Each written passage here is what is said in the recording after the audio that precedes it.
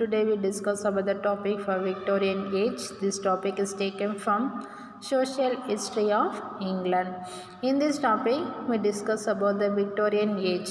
Victoria is one of the queen. அவங்களுடைய ஆட்சி காலத்தில் என்ன நடக்குது அப்படிங்கிற விஷயத்தை பற்றி சொல்கிறது தான் விக்டோரியன் ஏஜ் அப்படின்னு சொல்லிட்டு சொல்கிறோம். First one we discuss about introduction of Victorian age. Queen Victoria ruled from 1837 to 1901 and became one of the most famous rulers in English poetry. Queen Victoria, she is one of the ruler of England, and then she ruled 1837 to 1901. She ruled the England, and she is also one of the famous rulers in English poetry period. Victoria's long reign saw many changes in the attitudes of the people. விக்டோரியாவுடைய ஆட்சி காலத்தில் நிறைய changes, மக்களுக்கு மத்தியில் நிறைய changes வருது, நிறைய ஆட்டிடியூட்ஸும் change ஆகுது. Great Britain reach the height of its power during this period. இப்போது குவீன் விக்டோரியாவுடைய ஆட்சி காலத்தில் என்ன ஆகுதுன்னு பார்த்தீங்கன்னாக்கா பிரிட்டன் வந்து ரொம்ப ஹை லெவலுக்கு வந்து ரீச் ஆகுது. அந்தளவுக்கு என்ன பண்ணியிருக்காங்களாம், அவங்களுடைய பிளேசஸை வந்து கடுமையாக வந்து ஹார்ட் ஒர்க் பண்ணி தேவையான அளவுக்கு வந்து மக்களுக்கு எல்லாமே செஞ்சு கொடுக்குறாங்க. It built a great colonial empire and the British proudly claim that the sun never set up it.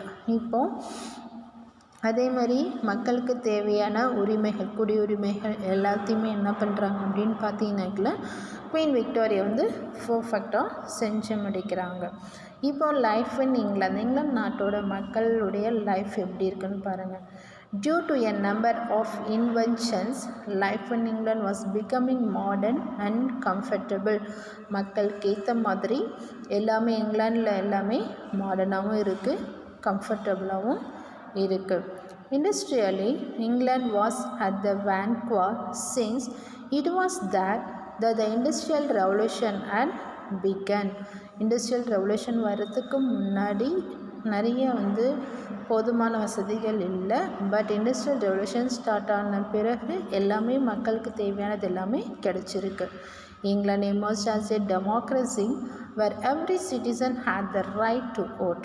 மெயினாக இங்கிலாந்துக்கு கிடைச்ச ஃபஸ்ட்டு வெற்றி என்ன அப்படின்னு பார்த்தீங்கன்னாக்கா எல்லா சிட்டிசன்ஸ்க்குமே, எல்லா மக்களுக்குமே வந்து ஓட்டு போடக்கூடிய உரிமைகள் உண்டு. as far as religion was concerned, doubt and skepticism crept into the minds of the people for the first time during the 19th century. Which year this word evolution was started அப்படின்னு பார்த்தீங்கன்னாக்கா in 19th century. Every citizen had to put the vote, everyone having rights to vote the election. 19th century தான் first கொண்டு வராங்க. ஒரு சில சேஞ்சஸும் கொண்டு வராங்க. என்னென்ன சேஞ்சஸ்ன்னு பார்க்கலாம். Victoria's long reign saw many changes in the attitudes of the people. The initial years of her reign passed in a series of reforms that touched various spheres of life. The people expected a great deal from all these reforms, but they were disappointed. விக்டோரியாவுடைய ஆட்சி காலத்தில் நிறைய மாற்றங்கள் எதுலன்னு பார்த்தீங்கன்னா அவங்களுடைய attitudes, மக்களுடைய ஆட்டிடியூட்ஸில் நிறைய changes வருது.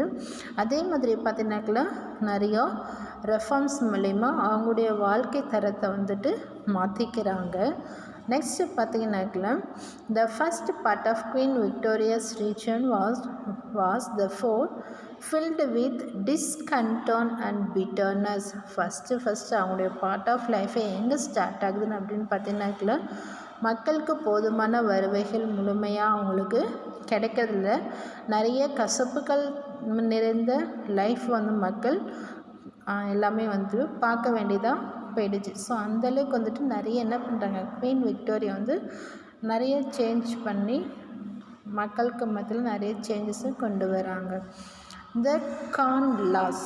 ஏன் வந்து கான் லா ஆல்ரெடி வந்து ஃபஸ்ட் வீடியோவில் பார்த்தோம். கான் லா வந்து என்ன ரீசனுக்காக கொண்டு வந்தாங்க அந்த ஃப்ரெஞ்ச் ரெவல்யூஷனில் பார்த்தோம். இதேமாரி இப்போ வந்து கானில் என்ன ரீசனுக்காக வந்தது. The middle classes were resentful of the privileges enjoyed by the aristocracy. Middle கிளாஸஸும் அரிஸ்டோக்ராசிக்கும் கான்லா வந்தனால ரொம்ப சந்தோஷம். என்ன அப்படின்னா கான்லாவில் வரிகளும் அதிகமாக செலுத்துவோம், பணமும் நம்ம நிறையா பார்க்க வேண்டியதாக இருக்கும். அதில் வர happy. They agitated against the Corn Law, which was seen as a tax on the whole community for the enrichment of the landowners. இன்னொன்று என்ன விஷயம் பார்த்தீங்கன்னாக்கில் கான் லாவுக்கு டேக்ஸ் போட்டிருக்காங்க. யாராக இருந்தாலும் சரி, எந்த கம்யூனிட்டியாக இருந்தாலும் சரி, யாரெல்லாம் வந்துட்டு லேண்டில் கானை விளைவிக்கிறாங்களோ அவங்க எல்லாருமே என்ன பண்ணி ஆகணும், டேக்ஸ் பே பண்ணி ஆகணும் அப்படின்னு ஒரு ரூல் கொண்டு வராங்க. ஸோ அப்போ தான் கான் லா அப்படிங்கிறத கொண்டு வராங்க. A campaign was organized to repeal the Corn Laws and finally they succeeded in 1846. இந்த கான் லா எப்போ சக்ஸஸாக வருது அப்படின்னு பார்த்தா எந்த இயர் சக்ஸஸ்ஃபுல்லாக கொண்டு வராங்கன்னா 1846 சக்ஸஸ்ஃபுல்லாக கொண்டு வராங்க. Next one Chartism. இது என்ன ரீசனுக்காக சாட்டிசம் வந்ததுன்னு பார்க்கலாம். மோஸ்ட்லி சாட்டிசம் வந்து ஏழை மக்களுக்காக கொண்டு வரப்பட்டது தான் சாட்டிசம். The lower classes were disappointed with the reform bill of 1832 as they were totally ignored. இந்த சாட்டிசம் வந்த பிறகு இது கூட எதுவும் வருது அப்படின்னு பார்த்தீங்கன்னாக்குல பில், ரெஃபார்ம் பில் அப்படிங்கிற ஒரு டாப்பிக்கும் வந்துட்டு கொண்டு வராங்க.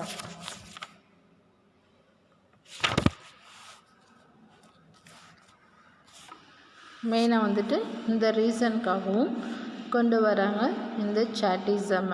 இந்த சாட்டிசம் மூலயமா என்ன செய்கிறாங்க அப்படின்னு பார்த்தீங்கன்னா ரிஃபார்ம் பில் மூலயமா. ஏன்னா நிறைய பேர் என்ன பண்ணுறாங்கன்னாக்கில் பில் எதுவுமே பே பண்ணுறது கிடையாது. ஸோ அந்த பில்லெல்லாம் தெரிஞ்சுக்கணும் அப்படிங்கிறதுக்காக தான் ரிஃபார்ம் பில் அப்படிங்கிறத கொண்டு வராங்க. இப்போனா 1832 இதை வந்து யார் இக்னோர் பண்ணுறாங்க அப்படின்னு பார்த்தீங்கன்னாக்கா லோவர் கிளாஸஸ். ஏன்னா அவங்களால வந்துட்டு போதுமான வருவாய் இல்லாதனால அவங்க கான் வாங்கி சாப்பிட்றதே பெரிய விஷயமா இருக்குது. அதை வந்து விளைவிச்சு அதுக்கு டேக்ஸ் கட்டுறது இதெல்லாம் வந்துட்டு சான்ஸ் இல்லை. அதுவும் இல்லாமல் அதுக்கு பில் வேறு கொடுக்கணும் அப்படிங்கிறது ரொம்ப கஷ்டமான ஒரு விஷயம். The discontent of the poor expressed itself through chatism. The working class demanded franchise and a radical reform of the parliament. After the disturbance caused by chatism and the anti-Corn Law League, there was a pause for a period of almost 20 years.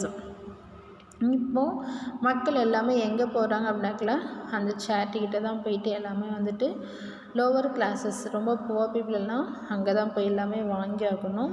So இப்போது இந்த பீரியடில் anti Khan லா அப்படிங்கிற ஒரு league வந்து கொண்டு வராங்க.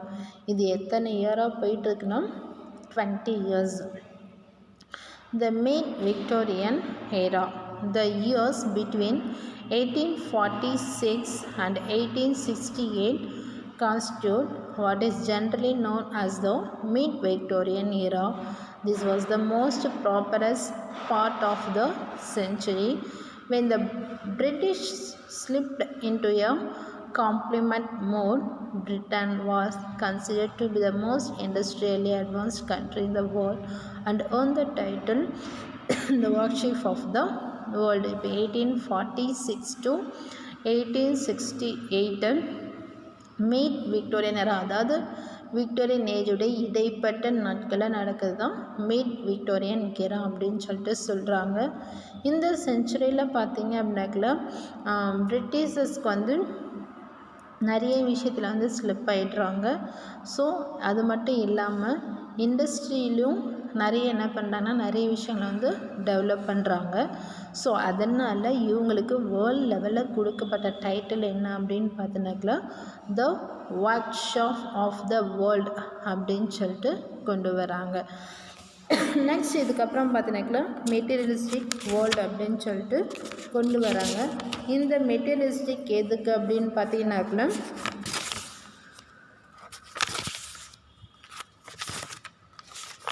next one reform bills. Yes, இந்த materialistic world வந்து என்ன ரீசனுக்கு வருது அப்படின்னு பார்த்தீங்கன்னாக்கல அவங்களுக்கு போதுமான மெட்டீரியலை வந்து தயார் பண்ணி இண்டஸ்ட்ரியல் மூலயமா வந்துட்டு ஏர்ன் பண்ணுறது, நிறைய ப்ராஃபிட்டை வந்து பார்க்குறாங்க. அந்த ப்ராஃபிட் மூலயமா வந்து மக்களுக்கு நிறைய என்ன பண்ணாங்க, நிறைய ஆப்பர்ச்சுனிட்டிஸும் கிடைக்கும், நிறைய லாபமும் கிடைக்குது. இதுக்கப்புறம் வந்து ட்ரெஸ்ஸிங் சென்ஸில் பார்த்தீங்கன்னாக்கல அவங்க விக்டோரியன் வந்து என்ன செய்கிறாங்கனாக்கல விமனுடைய கிளாத் எல்லாமே பார்த்தீங்கன்னாக்கல அன்கம்ஃபர்டபுள், அதாச்சும் போட்டுக்கிற அளவுக்கு வந்து ட்ரெஸ்ஸிங் சென்ஸ் இருக்கிறதுல ரொம்ப ஃபேஷன் அப்படிங்கிற விதத்தில் வந்துட்டு ட்ரெஸ்ஸிங் சென்ஸ் எல்லாமே வந்து மாற்றிடுறாங்க. அதுவும் 1870s அண்ட் 1880s தான் இந்த ஃபேஷனபிள் ட்ரெஸ்ஸஸ் எல்லாமே வந்துட்டு வருது. அதே மாதிரி அவங்களுக்கு கம்ஃபர்டபுளாக இருக்கக்கூடிய ஒரு ட்ரெஸ்ஸஸை வந்து என்ன பண்ணுறதில்ல, எதுவுமே வந்து கொடுக்கறது கிடையாது. இதுக்கப்புறம் என்ன நடக்குது அப்படின்னு பார்த்தீங்கன்னாக்கல மெடிசனில் பார்த்தீங்கன்னாக்கல டாக்டர்ஸும் அண்ட் தென் வந்து கெமிஸ்டர்ஸ் 2 பேருமே வந்து வராங்க. அதில் வந்து மாடர்ன் சர்ஜரி செய்யக்கூடிய டாக்டர் யார் அப்படின்னு பார்த்தீங்கன்னாக்கல ஜேம்ஸ் சிம்சான். இவர் வந்து எதை கண்டுபிடிக்கிறாரு அப்படின்னு பார்த்தீங்கன்னாக்கல குளோரோஃபார்ம் வந்து கண்டுபிடிக்கிறாரு. குளோரோஃபார்ம்னா என்னன்னு உங்களுக்குமே தெரியும், நான் அந்த சிரிப்பு கொடுக்கக்கூடிய ஒரு திரவம் அது, அதை கண்டுபிடிக்கிறாரு. அதுக்கப்புறம் Louis Pasteur, he is one of the French chemist. இவர் வந்து எதை இன்ட்ரடியூஸ் பண்ணுறாரு அப்படின்னு பார்த்தீங்கன்னாக்கல பாஸ்டரைசேஷன் அப்படிங்கிறத வந்து இன்ட்ரடியூஸ் பண்ணுறாரு. அதுக்கப்புறம் பிரிட்டிஷ் சர்ஜன் ஒரு பர்சன் யாருன்னு பார்த்தீங்கன்னாக்கல ஜோசப் லிஸ்டர். இவர் வந்து என்ன செய்கிறாரு, அப்படி எதை இன்ட்ரடியூஸ் பண்ணுறாரு அப்படின்னு பார்த்தீங்கன்னாக்கல எப்படி வந்து மக்களுடைய வாழ்வாதாரத்தை வந்து சேவ் பண்ணுறது அப்படிங்கிறத பற்றி கண்டுபிடிக்கிறாரு. அதுக்கு பேர் என்ன அப்படின்னு பார்த்தீங்கன்னாக்கல ஆன்டிசெப்டிக்ஸ் அப்படின்னு சொல்லிட்டு சொல்கிறாங்க. Next sir Ronald Ross, he is also one of the English man.